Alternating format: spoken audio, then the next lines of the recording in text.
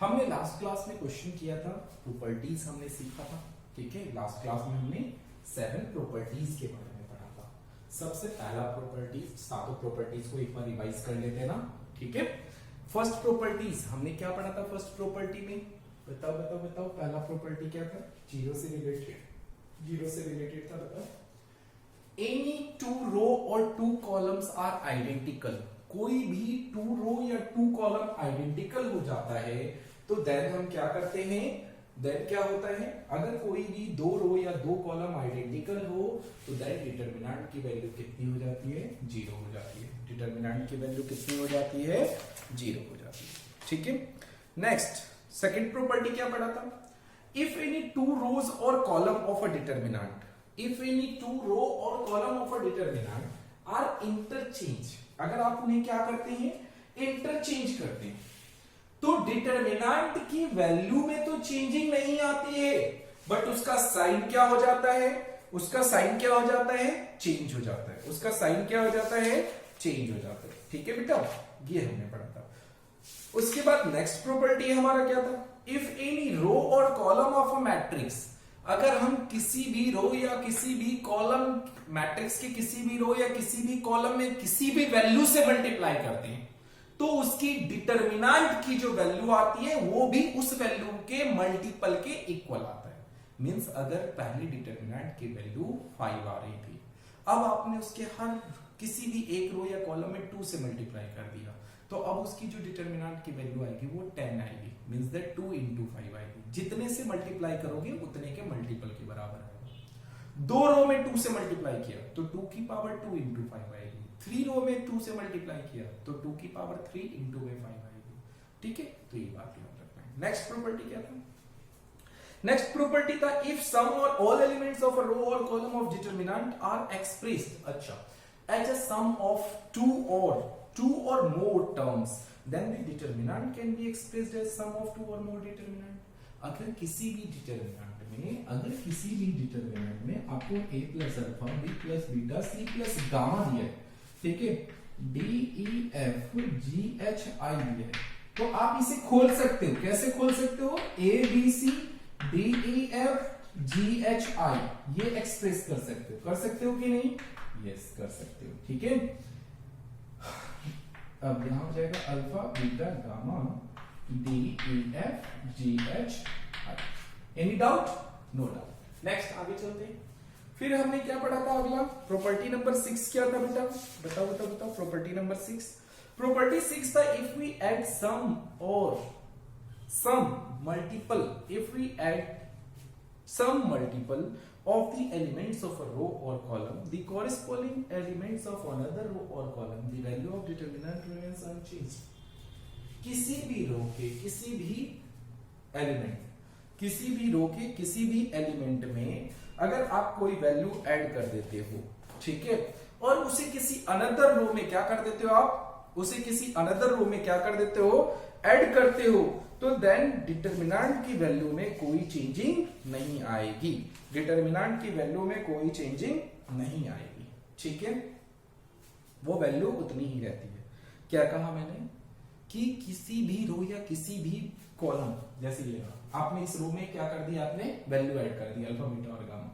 अब आपने R1 tends to R1 plus क्या कर दिया?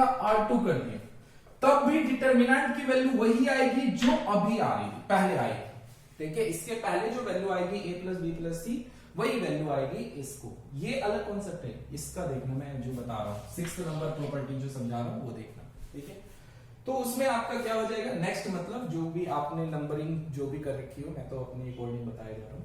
ठीक है, तो उसकी जो वैल्यू होगी वो क्या हो जाएगा आपका? a plus alpha, b plus beta, c plus gamma. तो अब इसको अगर इसमें ऐड करके तब डिटरमिनेंट खोलते हो, या विदाउट किसी वैल्यू को ऐड किए हुए तब डिटरमिनेंट खोलते हो, उसकी वैल्यू में चेंजिंग नहीं आती। वैल्यू में चेंजिंग तभी आती है जब आप किसी स्केलर वैल्यू से मल्टीप्लाई करते हो, ऐड में नहीं आती है। ठीक है, ऐड में नहीं आती है। ओके,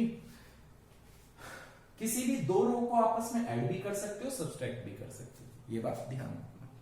ठीक है, बट आप किसी रो में माइनस नहीं कर सकते, माइनस की प्रॉपर्टी नहीं है। एक और प्रॉपर्टी मैंने लास्ट में कराया होगा आपको, ठीक है, कि अगर किसी भी रो या किसी भी कॉलम डिटरमिनेंट के कोई भी रो या कोई भी कॉलम 0 0 0 हो जाए, उसके रो या कॉलम उसके किसी भी रो मींस दैट कोई भी एक रो या एक कॉलम के सारे एलिमेंट क्या हो जाए, एक रो या एक कॉलम के सारे एलिमेंट क्या हो जाए, अगर 0 हो जाता है तो देन याद रखना उसकी डिटरमिनेंट की वैल्यू भी क्या होगी, 0 होगी, उसकी डिटरमिनेंट की वैल्यू भी क्या होगी, 0 होगी। ठीक, नेक्स्ट क्वेश्चन करते हैं, प्रैक्टिस करते हैं, थोड़ा सा क्वेश्चन कर लेते हैं, इसके प्रॉपर्टीज तो पढ़ लिया था आपने सारे, ठीक है, अब थोड़ा क्वेश्चन की प्रैक्टिस देखिए। नेक्स्ट टाइप क्वेश्चन, नेक्स्ट इसी का अभी टाइप अलग नहीं हुआ, वही क्वेश्चन हमें दिया हुआ determinant equals to 2 3 4 5 6 8 6x 9x 12x, कह रहा है find the value of determinant, हमें डिटरमिनेंट की वैल्यू फाइंड आउट करनी है, कैसे निकालेंगे?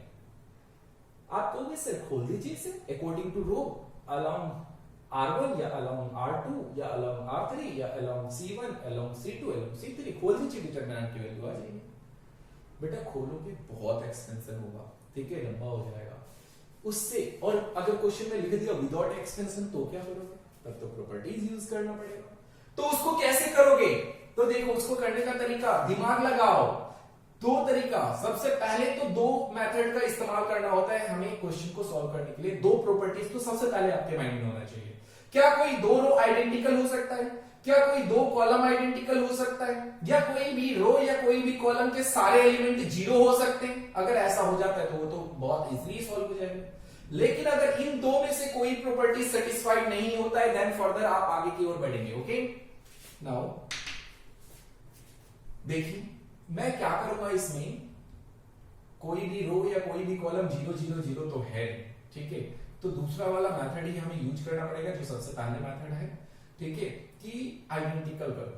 आइडेंटिकल करने के लिए मैं क्या कर सकता हूं, इसमें से कुछ कॉमन नहीं आ सकता, इसमें से कुछ कॉमन आ सकता है। 3 के टेबल में ये तीनों आते हैं, 3 2 6 3 3 9 3 4 12। Oh sure R1 and R3 are identical. Okay very good guys, देखिए what we can do, we taking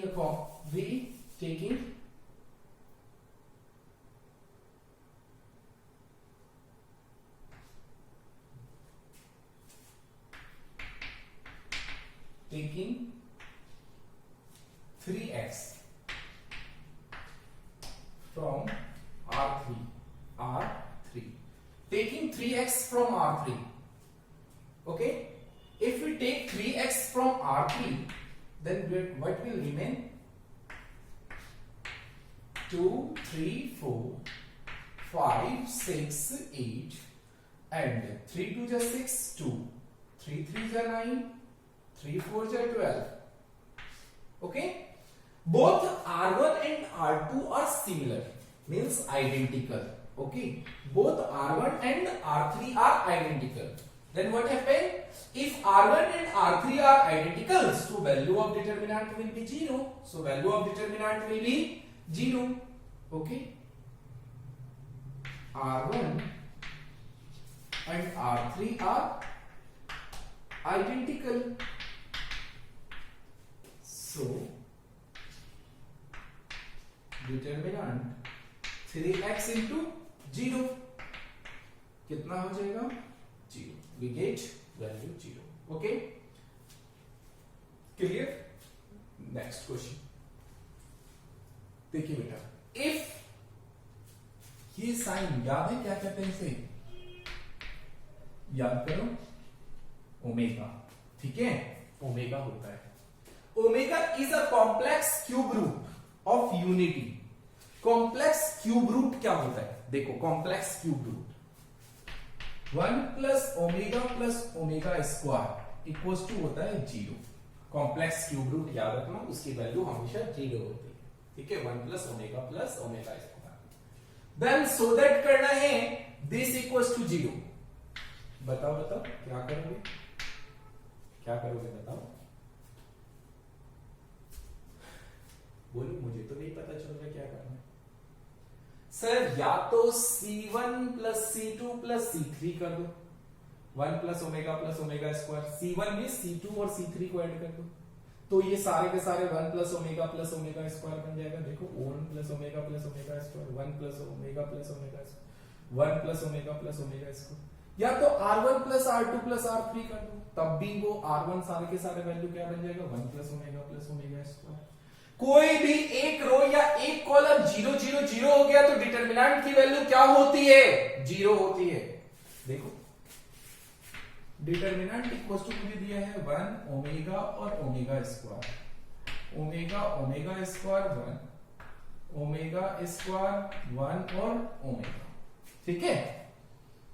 क्या हो जाएगा, C1 में चेंजिंग कर रहा हूं, किसमें, C1 में, जिसमें चेंजिंग करते हैं उसको यहां लिखते हैं, एरो का sign tends to, C1 tends to C1 plus C2 plus C3, okay,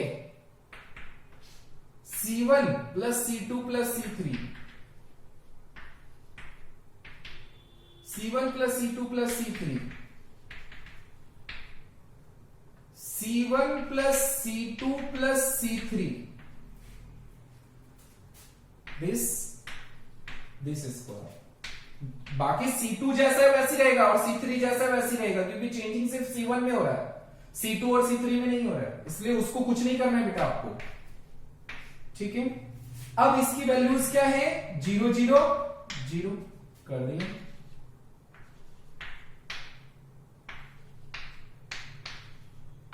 okay, अब what you see here, all the elements of C1 is 0, ठीक है, कॉलम फर्स्ट की सभी एलिमेंट्स क्या है, 0 है, all the elements of C1 is 0, therefore determinant equals to कितना, 0, hence proved। Any doubt? No. Do it. कर लीजिए बेटा।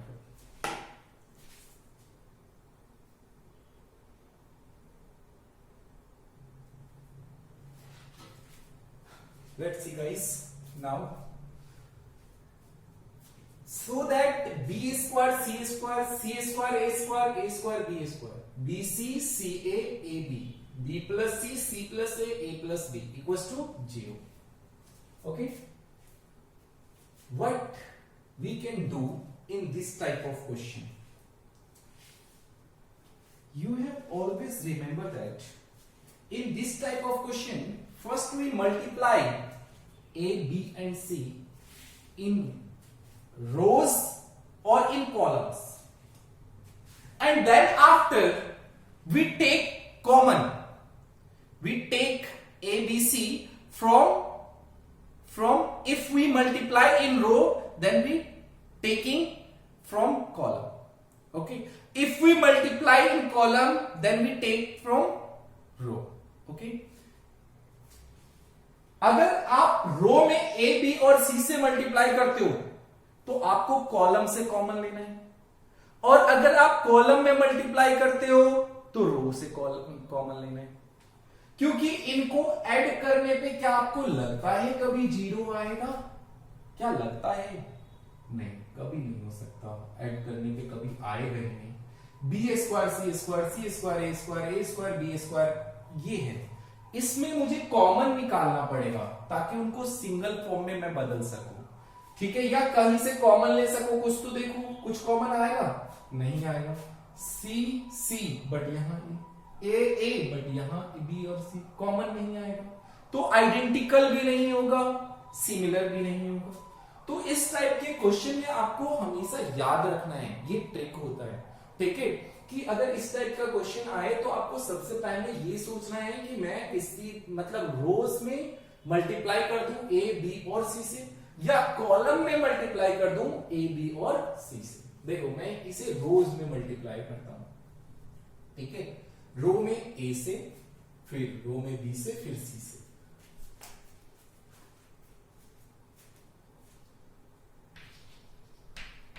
Solution determinant equals to b square c square b c b plus c square a square c plus a square b square a b a plus b. Okay, फिर multiplying bye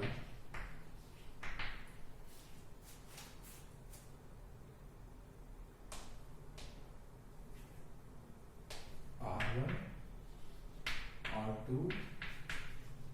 and R3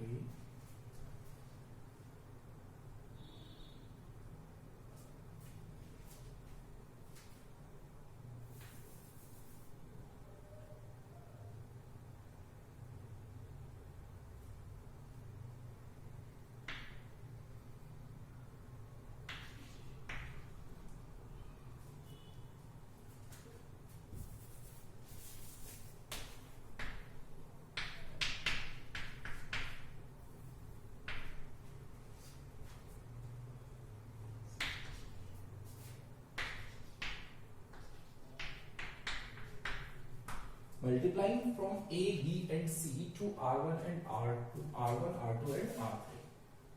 A, B और C से हम R1, R2 और R3 को multiply कर रहे हैं। कहने का मतलब आप डायरेक्ट भी लिख सकते थे R1 tends to AR1, R2 tends to BR2 and R3 tends to CR3। ऐसे भी लिख दोगे तो ये लिखने की जरूरत नहीं है, ठीक है, आपकी अपनी जैसे सही लगे वो देख लेना। नेक्स्ट, जब आप मल्टीप्लाई करते हो तो ये बात तो बचपन से सीखते आ रहे हो कि डिवाइड भी करना होता है। When we multiplying any numbers to any values, then we must be divide also. Okay?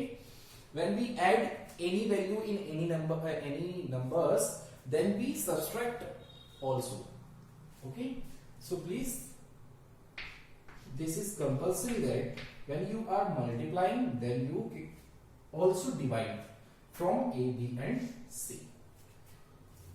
R1 को A से मल्टीप्लाई कर लो, ओके, तो क्या हो जाएगा ये A B square C square, ये क्या हो जाएगा A B C, और ये क्या हो जाएगा A B प्लस C, ठीक है। नेक्स्ट, R2 को किससे मल्टीप्लाई कर रहे हो? B से, तो B से करो B C square A square, ये हो जाएगा क्या ए बी सी, और ये क्या हो जाएगा b c plus a. Next, c से मल्टीप्लाई कर रहे हो तो c a square b square, a b c c a plus B,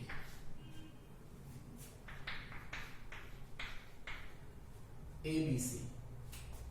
ओ, एक तो कॉमन आ रहा है ए बी सी इसमें से, और ए बी सी इसमें से भी कॉमन आ रहा है गाइस, देखो ध्यान से, yes sir, a b c a b c a b सी।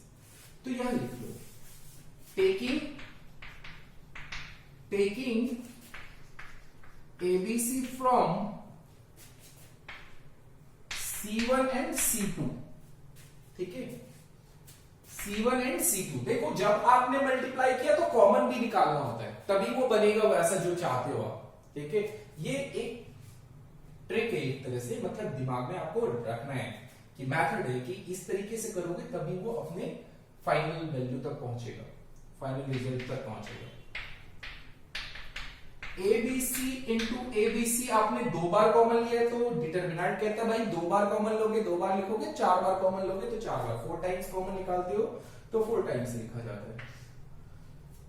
ये ABC आपने क्या कॉमन ले लिया इसमें से, ABC निकाला है तो सिर्फ क्या बचेगा BC बचेगा, इसमें से ABC निकाला है AC बचेगा, इसमें से ABC निकाला है AB बचेगा, 1 1 1, ये हो जाएगा AB प्लस AC, ये हो जाएगा BC प्लस AB, और ये हो जाएगा AC plus BC। Okay sir, अब कुछ समझ आ रहा है। AB AC है पर BC नहीं, BC AB है बट AC नहीं, AC BC है बट AB नहीं। अगर हम इसको उसमें ऐड कर दें और फिर कॉमन निकाल लें तो ये भी 1 1 1, ये भी 1 1 1, ये तो हमने किया हुआ है, यहां से तो हमने क्वेश्चन किया हुआ है, ठीक है। ओके, याद आ गया, चलो करते हैं। देखो ये हमारा हो जाएगा ABC ऊपर में क्या करना है आपको, C3 में C1 को ऐड करना है, C3 tense to C3 plus C1, तो क्या होगा देखो, BC AC AB, जिसमें कर रहे हो बेटा चेंजिंग सिर्फ उसी में चेंजिंग होगा, बाकी जैसा है वो वैसा ही रहेगा, उसमें कोई चेंजिंग नहीं आएगी। ठीक है, AB plus BC plus AC, क्योंकि C3 प्लस C1, फिर BC AB है, means that AB plus BC plus फिर क्या ऐड हो जाएगा AC, फिर उसके बाद AC और BC है, AB plus BC plus AC, taking AB plus BC plus AC from C3, ABC, मैं इसे कॉमन ले लेता हूं, AB plus BC plus AC, तो क्या बचेगा, BC AC AB 1 1 1 1 1 1। ठीक, अब आपने क्या देखा, what you will see, what you see, what you observe, that observe here beta, you observing that C2 and C3 are identical, C2 and C3 are identical, C2 and C3 are identical, therefore ABC AB plus BC plus AC into 0, so final we get 0. Okay, any doubt? Hence proof. Do it fast, कर दीजिए फटाफट। बस ये बात आपको याद रखनी है, always you have to remember that when you multiply in any row or any column, then it is compulsory, not compulsory but where you want to go, आप जहां जाना चाहते हो वहां जाने के लिए आपको यही करना पड़ेगा, you must be do this, okay, you if you multiplying then you must be take, okay, then you must be taking the value which you have multiplied।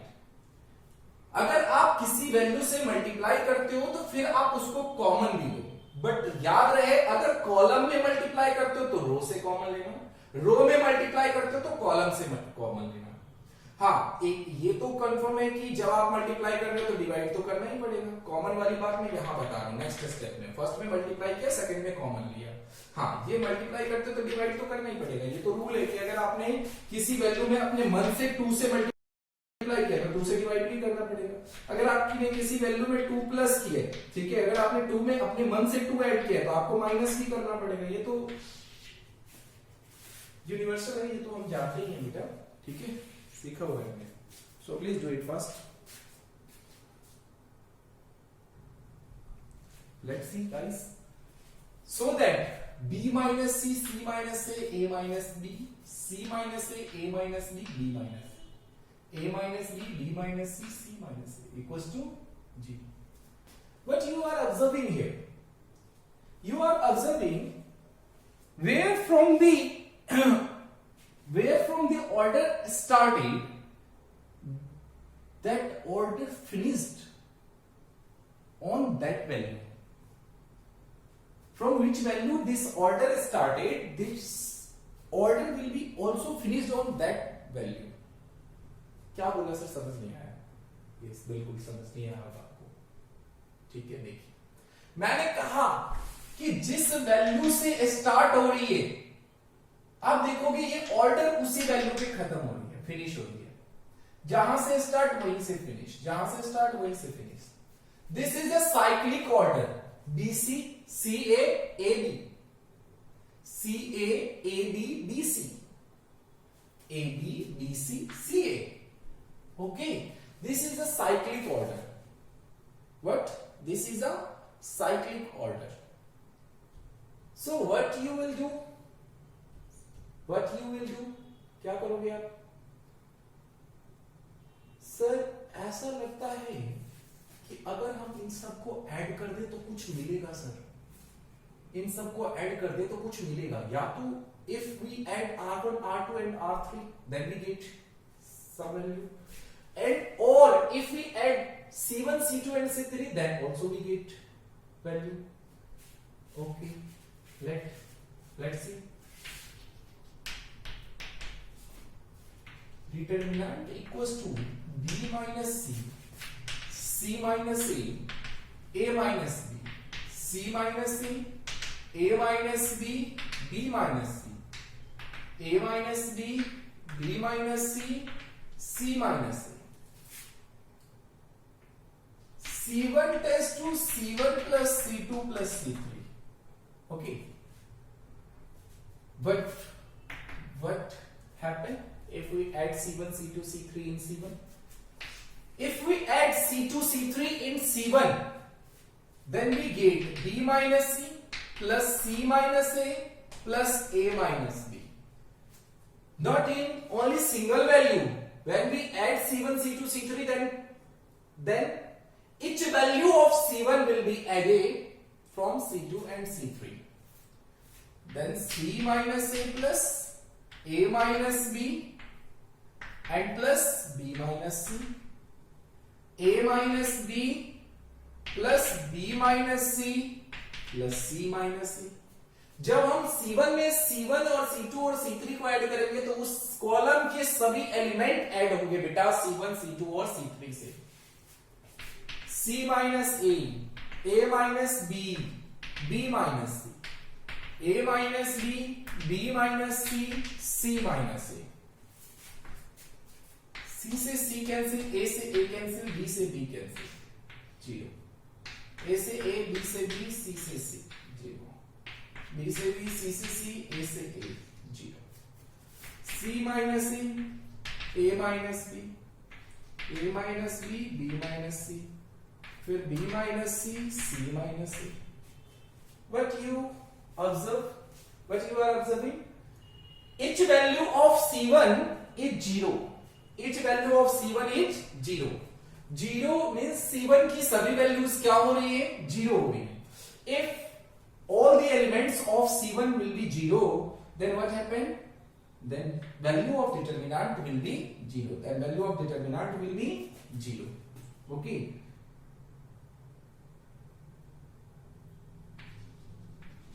Each value of C1 is 0.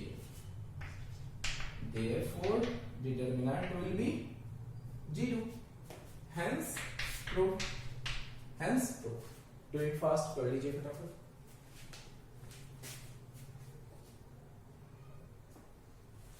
Let's see, guys.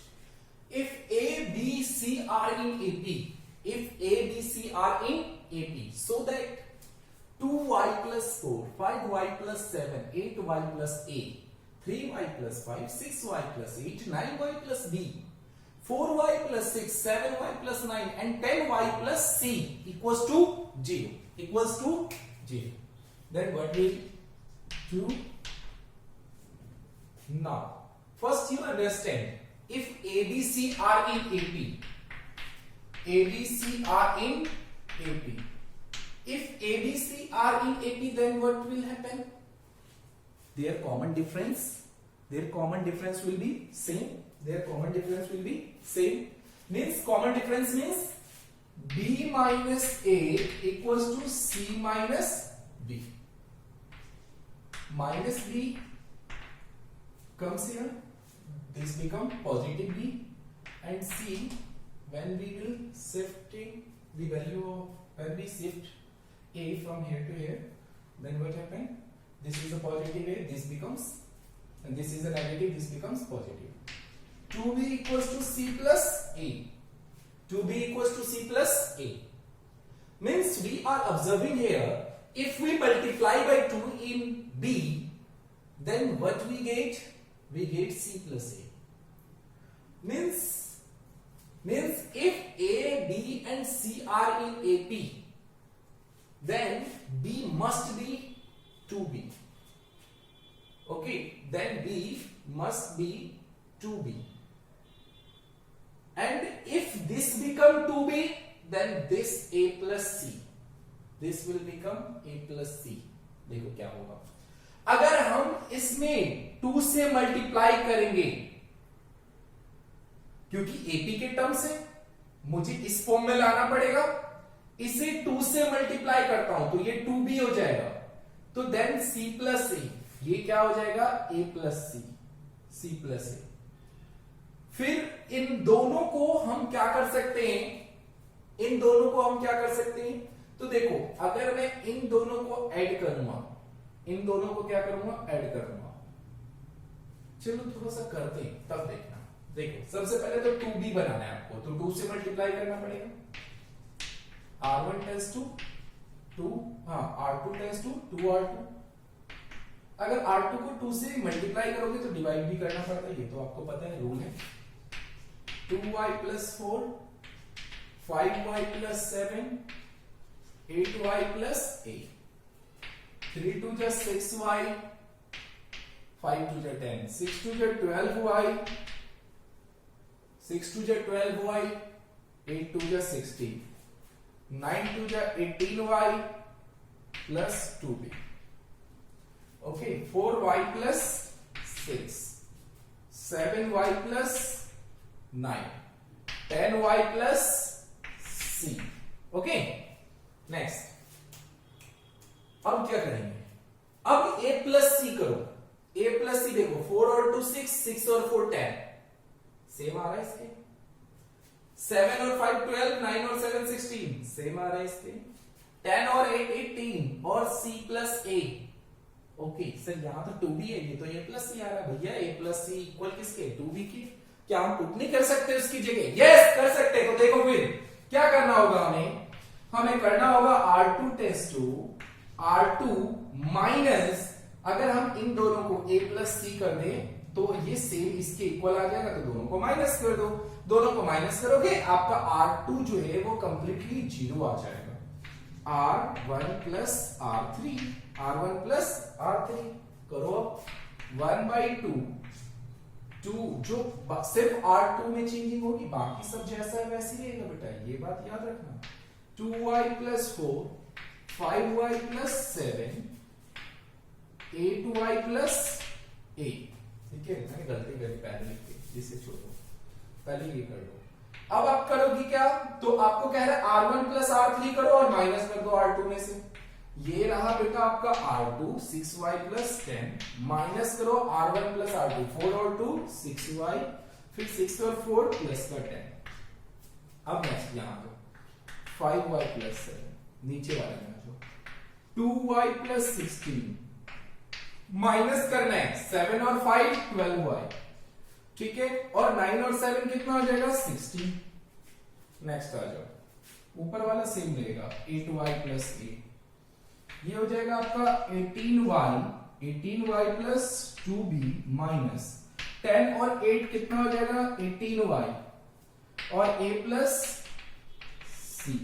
ठीक है, अब next हमारा ये क्या हो जाएगा, 4y plus 6, ये क्या हो जाएगा 7y प्लस 9। ठीक है, और ये क्या हो जाएगा आपका 10y plus c। Next, okay,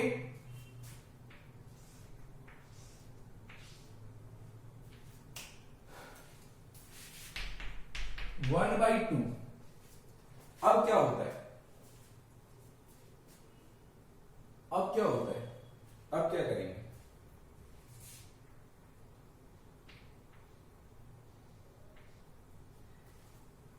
अब से 2y प्लस 4 ये तो ऐसे ही रहेगा। 6y plus 10 minus 6y minus 10, this become 0। 5y plus 7 ये तो ऐसे ही रहेगा। 12 प्लस 16, ओ 12y था, 12y था, 12y plus 16 minus 12y minus 16, what happened, 0। Okay, 8y plus 8 and this 18y plus 2b minus 18y plus, अब a plus c को हम क्या लिख सकते हैं, a plus c को 2b क्या लिख सकते हैं, 2b। ठीक है, इसको लिख सकते हो आप, लिख दो, इसका नाम दे दो फर्स्ट इक्वेशन, वहां लिख देना साइड में फ्रॉम फर्स्ट। नेक्स्ट नीचे वाला तो जैसे है वैसे ही रहेगा, ठीक है। ये भी 7y + 9 और ये 10y + c, this will not change.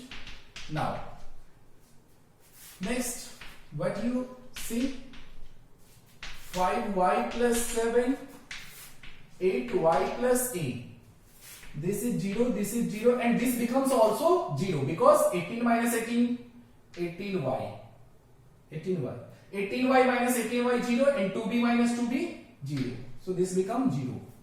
And next 4y + 6, 7y + 9 and 10y + c. Okay, but you are observing here, you are observing that row 2, all elements of R2 is 0, all elements of R2 is 0.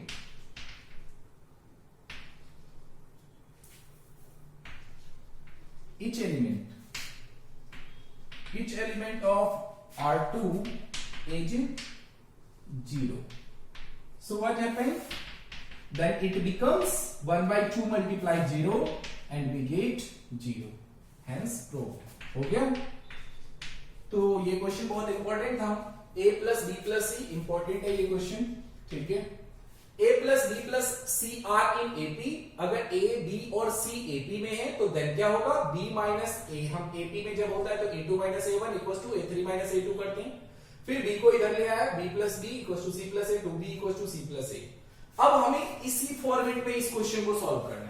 Means ये कहता है b के साथ 2 होना चाहिए, तो मैंने b के साथ 2 से मल्टीप्लाई कर दिया, जब मल्टीप्लाई करूंगा तो डिवाइड भी करना पड़ेगा r2। फिर कहता है c + a, मैंने c + a भी करके देख लिया। मैंने देखा जब मैं c + a कर रहा हूं तो मुझे क्या मिल रहा है, जो मैं इसे 2 से मल्टीप्लाई कर रहा हूं उसके इक्वल। तो ऐसा करते हैं ना, इसको माइनस कर देते हैं साथ ही। जब माइनस कर देंगे तो ये R2 के सारे एलिमेंट क्या आ जाएंगे, आपके 0 आ जाएंगे। तो वही हुआ, सारे एलिमेंट 0 आ गए, तो इस क्या हो गया इक्वेशन 0। डू इट कर लीजिए।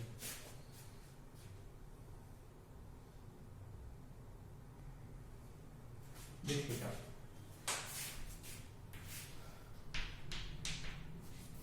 हमें डिटरमिनेंट दिया हुआ है, sin alpha, cos alpha, cos alpha plus delta. ये डेल्टा होता है बेटा, ठीक है। ये साइड में ऐसे होता है ना, इसको डेल्टा से रिप्रेजेंट करते हैं, ठीक है। और डिटरमिनेंट को भी डेल्टा से, sin beta, cos beta, cos beta plus delta, sin gamma, cos gamma, cos gamma plus delta equals to what? 0. What? We get 0. Any doubt? Let's see. Oh, yeah. 0 तो लाना है हमें, ठीक है। This is we have to prove 0. Now let's see. Sin alpha, इसमें कुछ नहीं कर सकते आप, cos अल्फा कुछ नहीं कर सकते, but cos alpha plus delta इसमें कर सकते हैं। इसका फॉर्मूला होता है cos alpha cos delta minus sin alpha sin delta. Okay, next sin beta cos beta cos delta minus sin beta sin delta, sin gamma cos gamma cos delta sin gamma sin delta. Any doubt? No. What we do here, we split up because we know that this is a property। हमने सीखा हुआ ये property होता है कि कोई भी अगर रो या कॉलम ऐड में किसी भी अनदर वैल्यू से एडेड है, मींस दैट उसमें कोई और वैल्यू ऐड हो रखा है, तो हम उसे सेपरेट कर सकते हैं। डिटरमिनेंट की वैल्यू पे कोई चेंजिंग नहीं आती है, तब भी सम करने पर आंसर वो उतना ही देगा, ठीक है। तो हम इसे अलग अलग कर सकते हैं। कैसे कर सकते हैं? Sine alpha, sine beta, sine gamma, cos alpha, cos beta, cos gamma, फिर cos alpha, cos gamma, cos delta, cos beta, cos delta, फिर cos gamma, cos delta. Okay, next फिर पॉजिटिव, फिर क्या होता था, फिर दोबारा से वही बट ये आ जाएगा sign alpha, sine beta, sine gamma.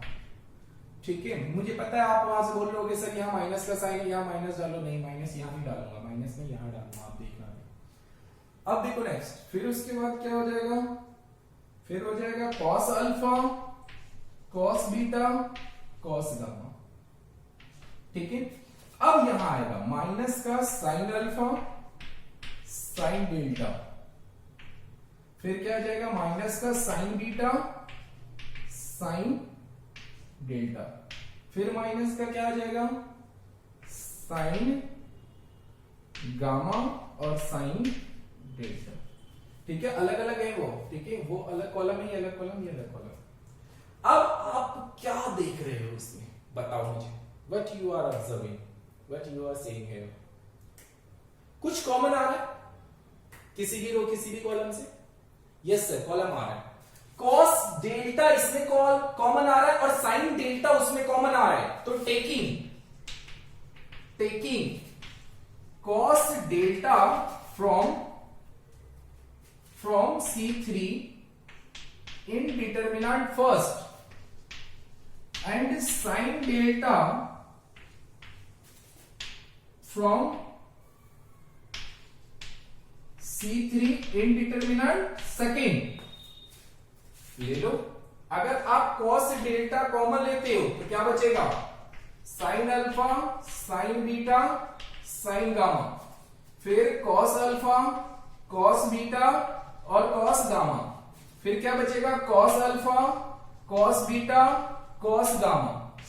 फिर इसमें से आप माइनस कॉमन ले लो तो ये आ जाएगा माइनस या प्लस, अब माइनस हो जाएगा साइन डेल्टा, तो ये हो जाएगा sign alpha, sine beta, sine gamma, फिर cos अल्फा, cos बीटा और cos गामा, फिर क्या हो जाएगा sign alpha, sine beta, sine gamma, क्योंकि आपने कॉमन ले लिया ना इसे बेटा। अब देखो इसमें भी C1 C3 कॉमन से आइडेंटिकल, इसमें भी C2 and C3 identical. C2 and C3 are identical in determinant first and C1 and C3 are identical in determinant second।